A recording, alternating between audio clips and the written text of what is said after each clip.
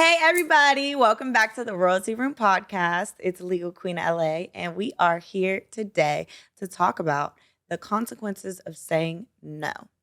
And I mean that across any platform, any industry, any situation. But today, mainly, we're going to focus on the entertainment industry.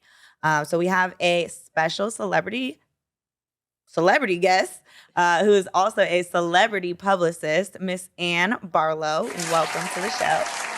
Hello, everyone. How are you? I personally am feeling great. I feel like this topic is something that I've been thinking about since the start of my show, since before I even started Wow. the show, actually. So whenever we spoke and, you kind of brought it up as well, I was like, oh my gosh, I have an episode and I have the perfect person. So thank you so much for being here. My pleasure. I think, you can probably relate, as being a woman and also as being a minority, we don't really get taken seriously in business. Absolutely true. How do you feel about, like, overall as a woman being in the entertainment industry, like, overall? Well, overall, I tell you, it's not easy because, as they say, this is a man's world. Mm. But they forget it wouldn't be anything without a woman. Especially a woman that really takes care of her business. Mm. You have women that's in business and, sometimes it's just a front for other things, but when you have a professional businesswoman that is grinding, that is getting it done, she expects to be taken serious, in what she delivers, Right. not in what she says she can do, but what she delivers. And oftentimes, you don't get past face. Mm. You don't get past the body Mm. because that's the first thing that a man see. He's not listening to you. He's not hearing you say, what you can deliver. He's looking at how beautiful you are. He's looking at how well he think your body is put together and so Mhm. forth. So it makes it a little bit difficult for us women that are seriously trying to get business done. I think, working as a publicist or working as an attorney, um, we take on clients. And I think oftentimes people, male people, like to essentially waste our time. Oh, I need your services. I need your services. Couple days or a couple weeks go by. Oh, actually, I didn't really need anything from you. I'm just trying to, talk to you. Or I just want to take you out. I've actually had somebody text me, after we had been corresponding for a while about a meeting. He was like, by the way, like, I'm just gonna be honest. I'm just actually just trying to take you on a date. Wow. So you've been wasting my time this whole time. And don't care. And I don't want to go out on a date with you. So what does that mean? I don't get Especially your now. business? And I think that that's something that every woman has experienced that at some time or another, kind of navigating through the industry. Um, what would be your advice to any young ladies that are entering into their careers that may have these similar situations? Or what is your advice for me? Because I still haven't figured out how to navigate these situations. Well, stay guarded. I give a guarded attitude. And so I would say that would be the first thing. Is how you present yourself. And so, I like to plant seeds in Kind of like a test. conversations. I like to plant seeds. Like, I'll plant a seed and, put it out there and say, um, I'm really about my business, you know, and, just plant seeds throughout the conversation. And these are like stoppers. Mhm. Okay. So in the back of their mind, they're knowing, okay, I can't just come direct with her. I'm going to have to go around the bush, around the corner with her because she's not having it. So they might actually go through the entire process of a consultation. They may have a real business and everything, but in the back of their mind, they're thinking eventually I'm going to have opportunity to exercise my true motives. Right. And so the second thing is never compromise. I Mm. don't care how much they dazzle the carrot. I don't care how much money they say they have. Just know that it's not in your bank account. Okay. Whoo. It's not your assets. Okay. So therefore, don't be easily impressed, is my second advice. Don't be easily impressed by how fancy the car is, how beautiful the home might be, um, the jewelry. Don't be impressed, okay? Because it's not yours. They earned that, and it's time for you to earn yours, Mm. okay? So that is the top two um, things that I can say to advise, a young lady. Make sure she has her things together, because if you don't have your things together, as far as your business, making sure that you're licensed, making sure that you have everything in order concerning with the business services that you offer, because they're going to judge you on that. They're going to say, okay, well, she's a novice, so I could play around with her. Right. But if you have a brick and mortar like myself, if you have license with the city and the state, okay, if you can be found on Google, okay, your business.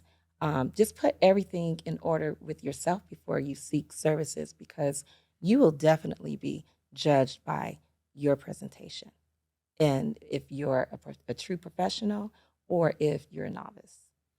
So, what do you think about, we're in the social media age, and I think everybody at this point in my show and in my life knows me and how I am, and just it's me. That's right.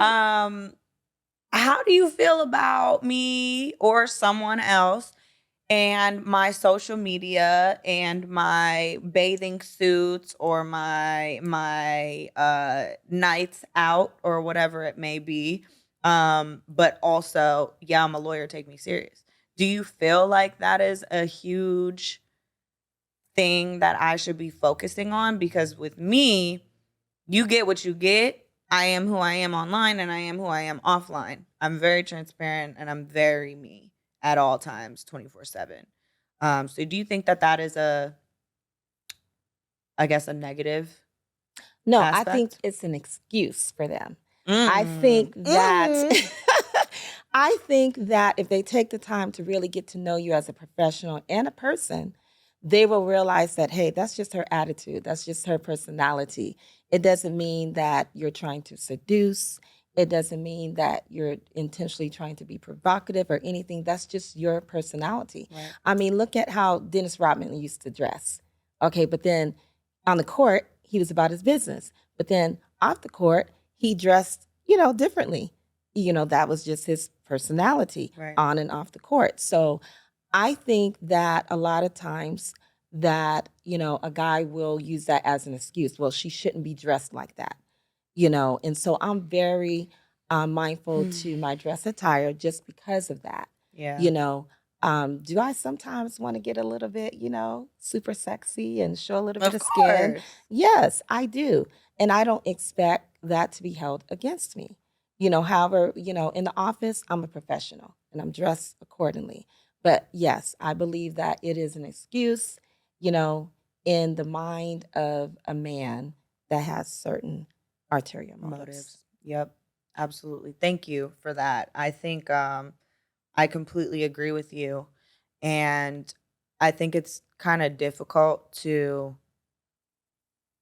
be in this position that I'm in. I think about it often, and there's a lot of people, "Oh, I want to be on your show. I want to work with you. Oh, I have this contractor, I have this artist," and it just never graduates into anything pertaining to my business or my bank account.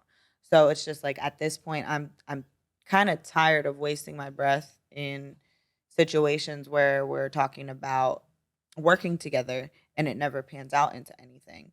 So how do you kind of create those boundaries? Like, I've found it hard to be like, okay, well, you can schedule a consultation and you can pay me for it, or oh, we can talk about this at the meeting. I charge $400 an hour.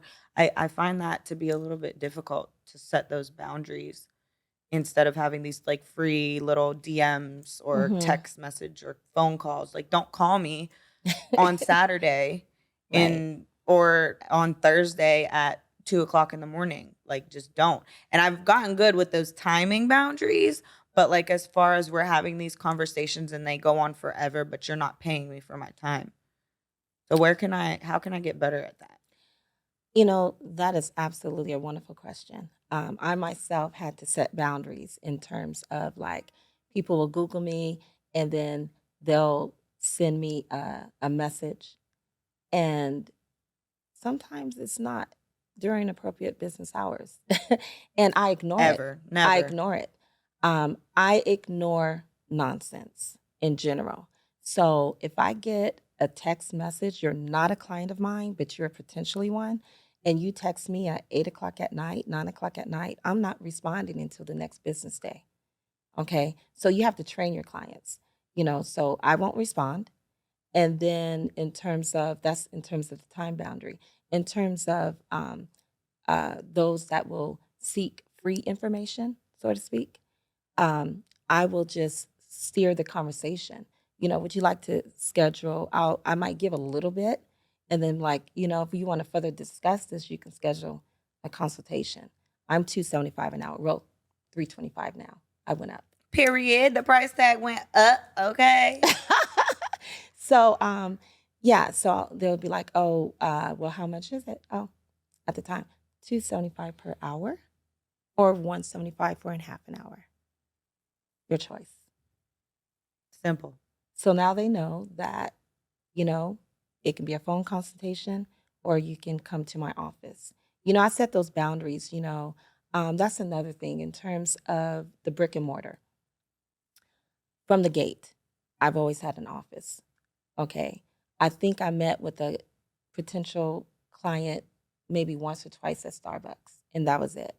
So for over the last 10 years, I've always had an office because I want to be taken serious. I'm not paying this overhead to play games with my time. My time is money. And so you just have to give that aura Mm. that, my time is money. Answer a few questions. Okay, would you like to schedule a consultation? I offer a half an hour for 175. I offer a full hour for 275. You can start off with a half an hour, and if you feel it's going over, then you can just pay me the difference. Right. And Okay. so just setting those boundaries ahead of time and letting them know that you know your worth, you know your Mhm. value. I mean, you're very educated. You spent time in college, the bar, everything. And so guess what? Mama got to pay her student loans. Ooh, we don't even wanna venture into that Right? subject. Right? Ugh, Biden, please save me. Exactly. Exactly. So, and at the end of the day, right? And you and I have talked about this before. People will only do what you allow them to do. Mm, Okay. And I tell people all the time, if I show favoritism to a friend of mine that happens to also be a client, I choose to do that. And I can do that because it's my business. Okay. So don't get it twisted. Don't think that this is something common or this is a standard. It's not. I'm just showing you favor at the time. that's a good point. Friends and family and everybody else, how do we deal with those situations because they expect things for free or discounts or whatever it may be? Well, you have to kind of serve reminders Mhm. and be like, girl, I'm doing this because you're my friend. you know, and then hopefully they'll say, "Oh, girl, well, you know, I'll do this for you." Because sometimes it's not about the money, but they may offer something and you can trade. You Mhm. could trade services, okay? So if she's a hairstylist and she a girl, it's like, "Girl, I don't mind doing this for you, but I need my hair I'm gonna need done. my hair I need done, my my hair done. nails. I don't mind doing this for you, but I need my nails done. Right. Okay, so you let them know that you're totally aware that I'm offering you something, and yes, I do expect something in return. Okay. Okay.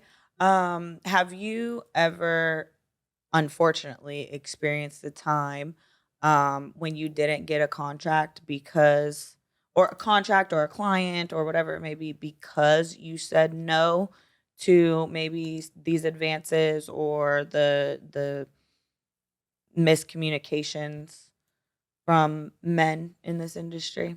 Absolutely, and not too long ago, as a matter of fact, Mm, I was dealing with a new live stream company, and the owner, very, very wealthy, and he made advances towards me, and I said, "Oh my gosh, I'm hoping this don't stop the deal, right. stop the contract." And so, I would just kind of like ignore it, ignore it, ignore it. And then when they agreed to retain my company, then the next thing is, oh, we want you to sign it in person. And I'm thinking, okay, well, we can easily do sign now or DocuSign. Right. Oh no, we want you to tour. We just purchased a manufacturing company. We want you to tour. We would just want you to sign it in person. Okay. So one of his gatekeepers, um, spoke to me, and because it was taking like over 30 days to just close this deal. And I'm wondering what's the holdup. Right. So he was like, yeah, we just, want you to come down. And I said, well, let me just say this. I don't think this will be taken. You vetted me, you gave me an A plus. I don't know why it's taking so long. And I do not think it would take this long if I was a man. He was like, well, what do you mean by that? I said, well, I'm just going to say, the owner made advances towards me, said, things like, oh, I just want to cuddle with you, and I just want to love So you. And inappropriate. I just, you don't have to worry about nothing. And I'm going to make you so rich. And all of this. And when I speak up and say, well, first of all, I'm intelligent enough that I don't have to mix business with pleasure. Okay? I have a brain, not just a body, not just beauty. Okay? So um, I could tell he didn't like that. Of course not. I can tell. And then the next few times, he made a few more advances, but it wasn't as strong because he could tell it wasn't welcomed. Hmm. I knew then in my heart, in the heart of The hearts, deal's gone. I knew it wasn't going to go. He just wanted to play it through. Okay. And guess what? I didn't get the contract. Right. All of a sudden, oh, we're going to go another direction. After I wasted over a month of my time, even traveled, have expenses, was operating under a verbal agreement, and we're going to go another direction. And did they ever reimburse you for the expenses that you spent out of your own bank account Absolutely not. or the services that you provided? Absolutely Mm. not.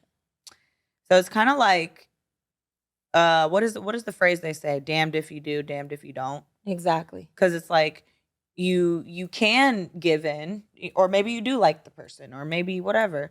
You can go along with it, flirty, et cetera, and still not get the contract. Or if Correct. you shut it down, no, I'm not comfortable with this, et cetera. You still not gonna get the contract. Right. So it's like you literally can't. If someone is interested in you as a person, not as a business, you're kind of in a lose-lose situation already.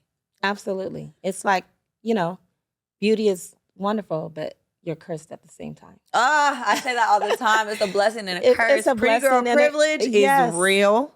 Yes. And it's a blessing and a curse. It really is. I think, we have to kind of that's why I want to have this episode, because I want to bring this to light. And it happens every day. And I'm sure it's been talked about a million times, but it's just like, what is the solution? How do we fix it? Or what can we do No differently? compromise. No compromise. I don't care how big your bank account is, how much assets you have. I'm not compromising. I'm not compromising. And so often, the women that do compromise, then they look at us like the ones that don't, Mhm. like, okay, I'll get her eventually. Yeah. Or Or if they she's not try, gonna do it, someone else someone will. else will. Mhm. Or you'll never know this, but they'll blackball you. They Mm. will actually blackball you. You'll wonder, Mm. like, okay, I moved on from this potential client, I'm on to this one. And then next thing you know, it's like, okay, Poof. what's going on? Like, what's happening? And little do you know, they've spoken to them behind the scenes and said whatever they wanted to say. You'll never know. Right. And then now this person isn't following up with you, isn't returning the phone call, the email, and you're left wondering why. Yeah. It's because you got silently blackballed. And I feel like that also, again, happens in both scenarios. Yeah. Because if you do give in, or if you go out on a date, or if you sleep with them, or whatever it is, they're going to tell everybody anyway. And you're not going to Hmm. work with the next person. And the next person's not going to take you seriously. And if you don't, they're still going to tell everybody about you and not to work with her. Like, They'll say you're a tease or, yeah. you And it's know, always yeah, us, never right. them. Exactly. Ugh. Do you think that the young ladies that do give in, I don't know about the word promiscuous, but the ladies that do use their bodies or flaunt whatever, make it harder for us to then be taken seriously? Yes and no. Yes and no. Um, Definitely is going to hinder because if they have a choice to doing business with someone that is willing to go all the way with them versus someone that's not, absolutely, they're a man. They're going to choose her. She's willing to do business with them and go all the way. It's like, who are you? And who? I got somebody over here that's willing to do business with me and get in the bed with me. So, what do I need you Why for? not? Oh, hi, how are you? Oh, next thing you know, it's like, I'm still on delivered. Mm, It's like, they're not responding. It's like because you didn't go through with their, you know, advances. I think I remember someone had reached out to me, and they were, really great. I think they were a singer as opposed to a rapper, but they had this really great song, and it was like a number one, et cetera, et cetera. But she wouldn't sleep with the person that was promoting it, whether it was her manager or whoever it was. And they took the song from her, gave it to someone else, and blackballed her Wow. in the industry. I'm not surprised. And then the song went number one. Wow. Yeah. I'm not Um, surprised. Women want commitments, okay? right, It's right. like, okay, if you're feeling a guy, I can see if it's just something natural, okay? Yeah, So I meet this guy and he admired what I do for a living. I admire what he do for a living. It's a match. It's something mutual. Okay. The energy, the synergy is all there. And it's something that you both want. right. Okay. Hey, you could be the next power couple. Okay. I'm good with that, right? Mhm. But what I'm not good with is I'm giving you the vibe that I'm business only and you want something more. And when you can't get it, you're going to either blackball me, not pay me, or just totally go ghost on me. Yeah, That's not cool. You just wasted my time, my money, because I could have made more money. right. And now you're trying to trash my name behind the scenes. Yeah. That's not cool. I think it is like the definitely like the consequences of saying no. Like a lot of people don't think about that. And I do want to clarify, there are situations and scenarios where it isn't just with women. Like I do know men who experience this same thing, whether they're straight men or gay men. And I have heard stories, I wouldn't, sleep with this producer. So now they're not calling me back for any roles on this Wow. network ever again. And it's a man and a woman producer. And that makes me Wow. very, very, very sad to Wow. hear, because it's like, wow, of everything that we deal with every single day, you got to the power position and now you're just like them. That, Wow. oh my gosh, it makes my Cougars skin are crawl. real. It makes my skin crawl. So I do want to clarify, it's Yes. not always just this Women, scenario, right. but there are consequences to saying no, whether that's at work, whether that's you're working under somebody and you say no to their advances, or whether you're the boss and you have employees, or you know, if you're working on set with somebody and your colleagues. Like, there's always a consequence to saying no to these situations.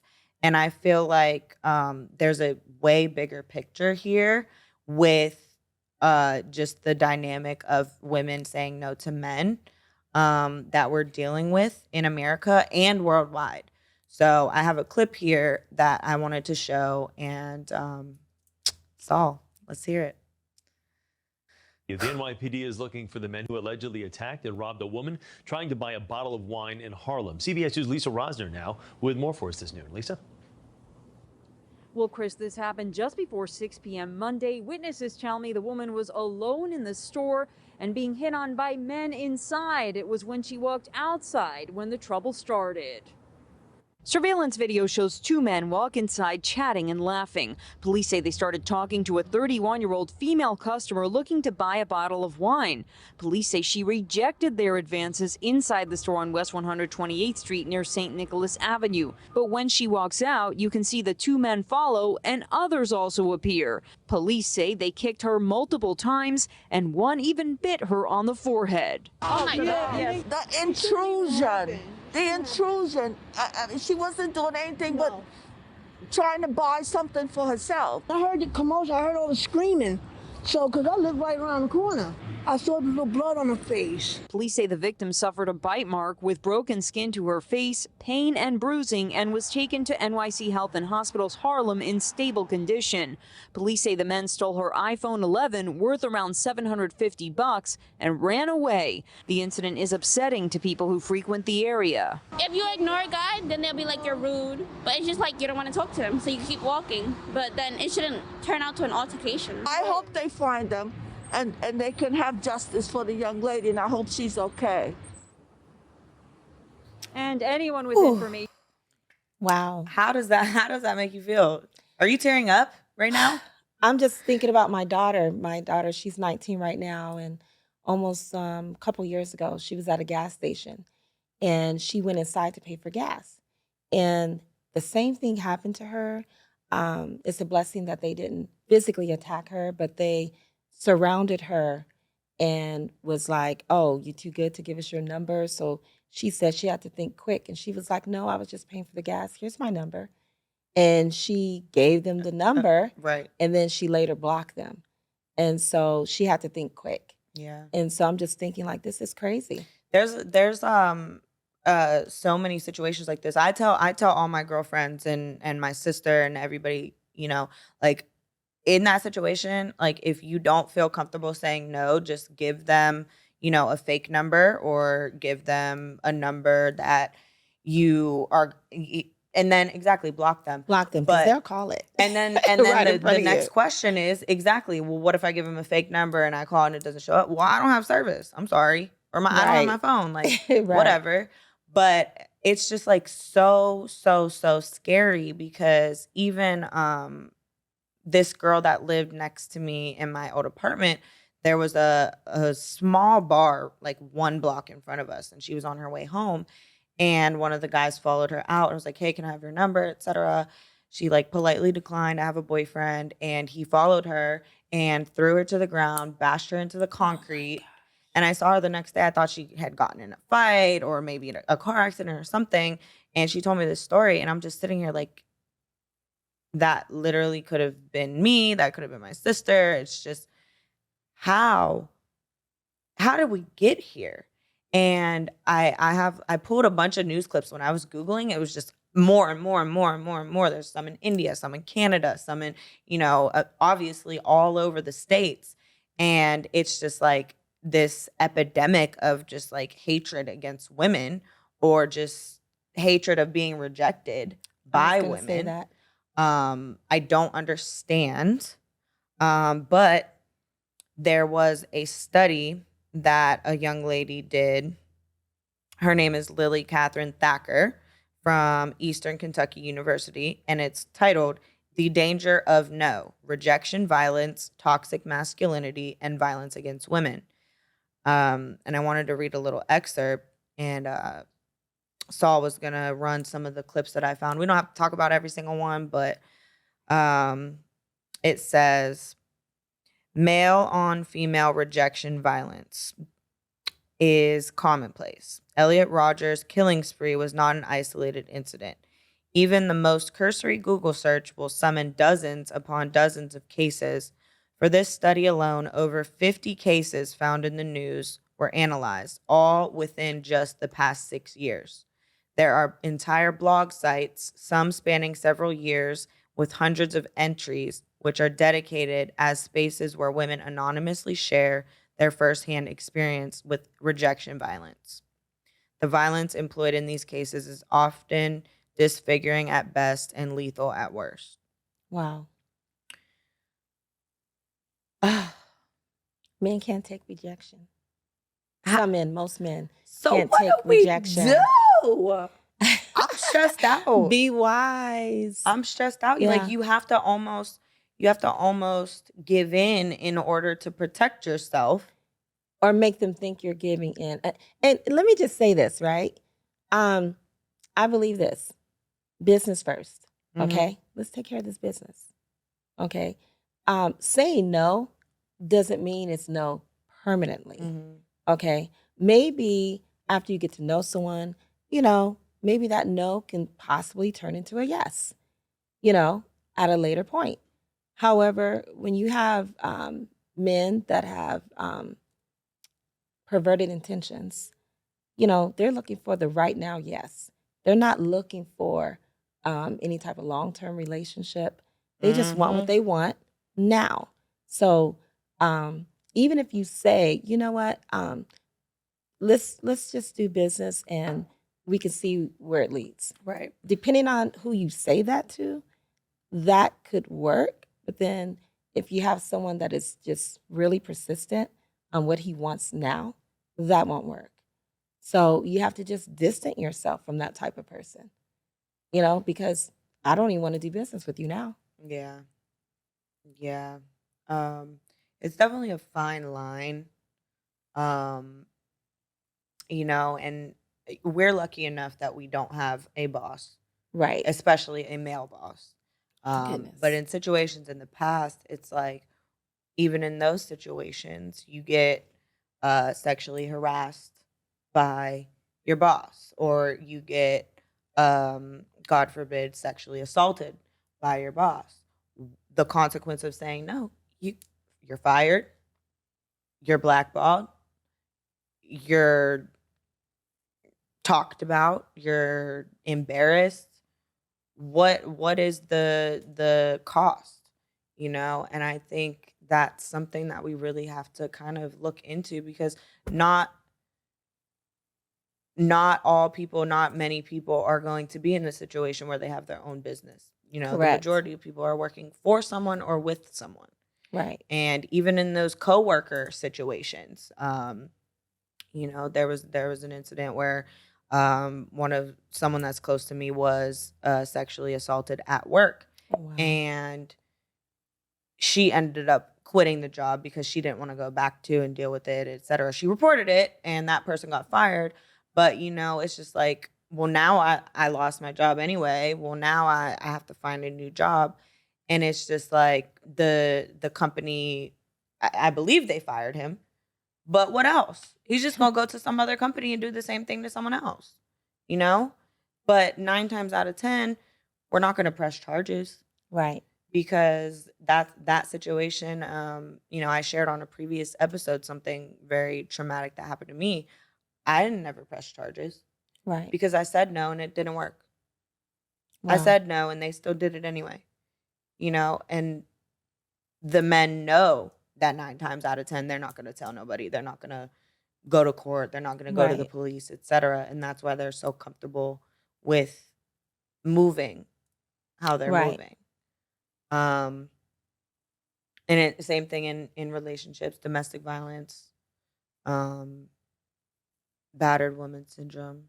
We could Right. we could be here all day on Exactly. these topics. Um, That actually happened to me, by the way. I think I was about 18 years old. I was working at an auto parts store, and my boss, he had to be about close to 20 years older than me, and he was married, and he would make advances towards me, and when I was very clear with my no, I was fired. mm, At that wow, time, I didn't you're know so the young. recourse. I was only 18. I didn't know the recourse that I have now. And so, what I would say to women that's experiencing these type of issues that are uncomfortable, that are being terminated from their positions at work or what have you, definitely report it. And if you have to even take it as far as seeing somebody like you, an attorney, go forth because there comes a time when people have to pay for what they are doing. Yeah. And it comes a time also when we have to speak up and stop being silent. I think you're right. I think you're right. But I do feel a little hypocritical in sharing that advice because I have not done that for myself. Right. You know what I mean? But it does take a very strong individual to see it through to the end. Yeah, you Right. can report it, you can go to the police, maybe there's a trial, et cetera, et cetera. But to go through that full process and to go up on the stand and, one, face your abuser, and share your story and get torn apart by the prosecution. Um, Courage. I yeah. think about, we can name a few different cases. And I'm sorry, Okay. I meant the defense. Oh, right. It's okay. We can name a few different cases that we all are aware of where women came forth years later. Mm-hmm. And you wonder, like, why did it take them so long to come forth? That They part. had to build up courage. Right. And when they saw other women coming forth, then it was just like, okay, she could come forth, I could come forth. Yeah. So we have to come together. We have to stop judging one another. Mhm. Us as women, like, oh, she's this or she's that. We have to be more supportive to one another, encouraging, empowering towards one another, so we can build up that courage and that self-esteem that sometimes have been torn down. And you feel like, what's the use? They're just going to blame me. Just like rape victims. Sometimes they don't go forth because they figure that they're going to be blamed Mhm. in some type of way. And Mhm. so I would say, you know what? We have to have the courage to do what we need to do what is right, that we may be vindicated. Yeah, because honestly, like if we don't, then they're going to do the same thing to someone else. Right. And it's forever going to haunt us. Mm-hmm.